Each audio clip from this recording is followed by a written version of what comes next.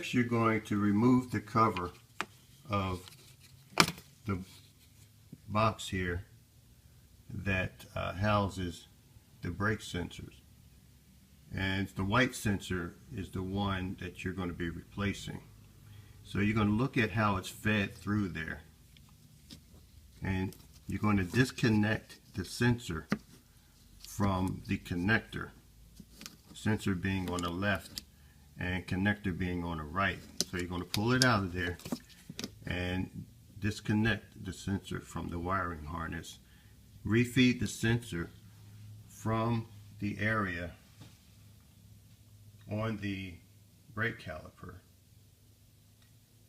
And pay close attention to how it's being fed, and you have clasps that are holding the cable as it moves along toward the junction box. So at this point, go ahead and replace the sensor.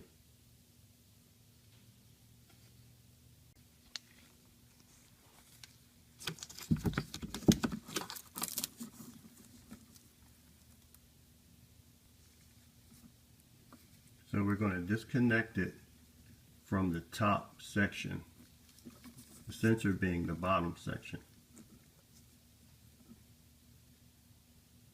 Now there's a small tab that you'll need to press on in order to pull the sensor from the harness.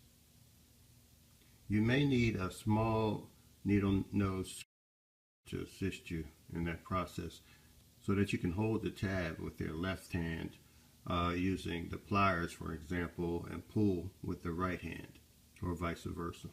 One way to do this is to pull each section of the previous sensor as you install that section of the new sensor, and that way you know that you're routing it correctly.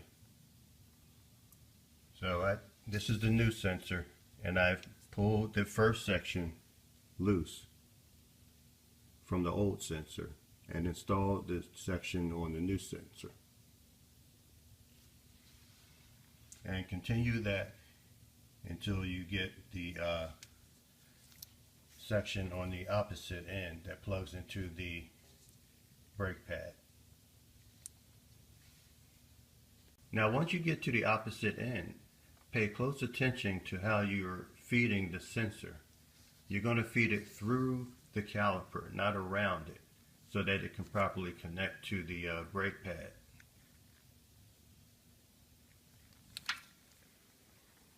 So pay very close attention when reconnecting the sensors. There are two fine wires on the new sensor that plug into the wiring harness.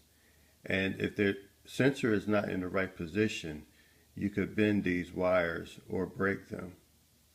So you want to line it up perfectly before pressing them together. And that's important. So take your time, look at it to see how it lines up with the T-shaped holes on each side. And that will help you guide the sensor into the wiring connector.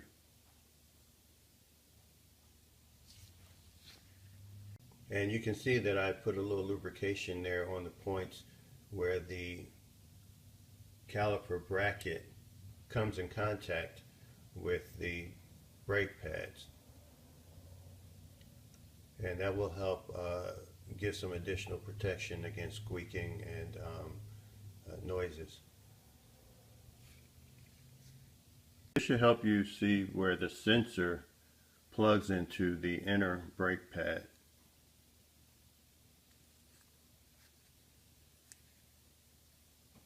Next, we're going to reinstall the brake pads.